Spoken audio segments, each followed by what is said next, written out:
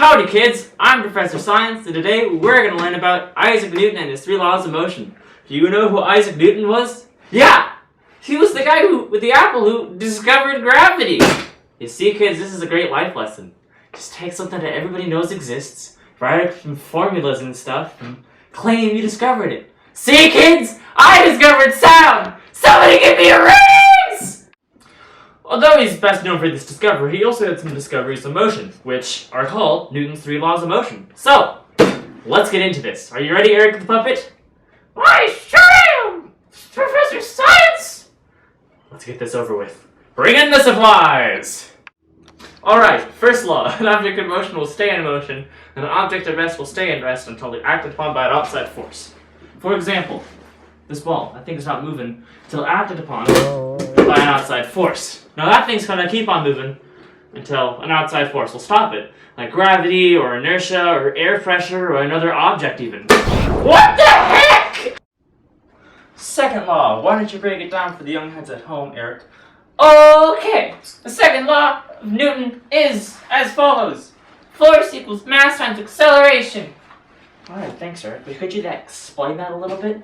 Alright, it means the total force or net force applied to an object in order to make it move at acceleration is equal to its mass times its acceleration.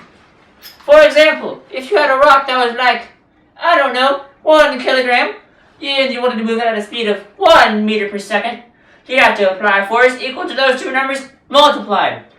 But if the rock was, say, 10 kilograms, you'd have to apply force greater than the first rock, because 10 kilograms times 1 meter per second is more than 1 kilogram times 1 meter per second. Wow. Thanks, Eric. Could you explain that a little bit more?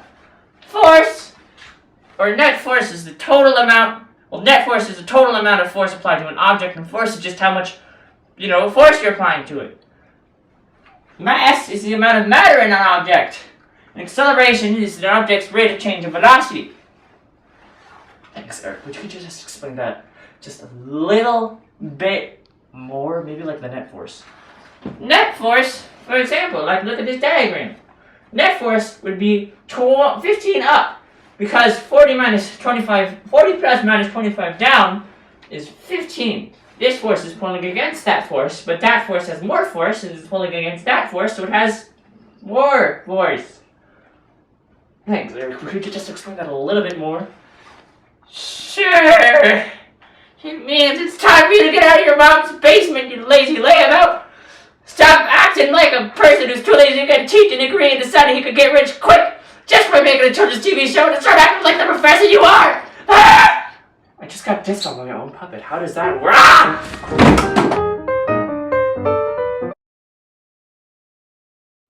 Third law. Every action has an equal and opposite reaction. For example, take these 2 balls. Marbles. I know they're marbles. Anyway, if you roll one ball, marble, towards the other ball, marble, boom, they go in opposite directions. That's because every object has an equal and opposite reaction. When they collided, the first ball was exerting an equal and opposite force on the other ball, thus having them go in opposite directions. Another great example is when you jump. Not only are you exerting a force on the earth, but the earth is exerting a force on you when you jump. Now, for a really great example, I've called everyone on Earth, and I told them all to jump when I say so. No, you didn't. Besides, the government would know about something like that. Everybody jumping on Earth at the same time and throwing the Earth out of orbit. Watch and learn, bucko. Alright, everybody. Ready? 3, 2, 1.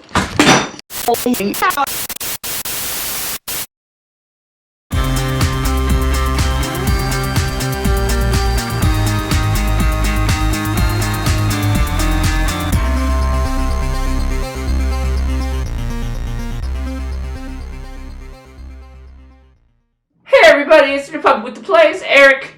Disclaimer, this actually wouldn't happen. The Earth wouldn't move if everybody jumped at the same time. This was just done for thematic stuff. I hope you guys enjoyed the video and learned some stuff about Newton's 3 laws. Thanks. Bye.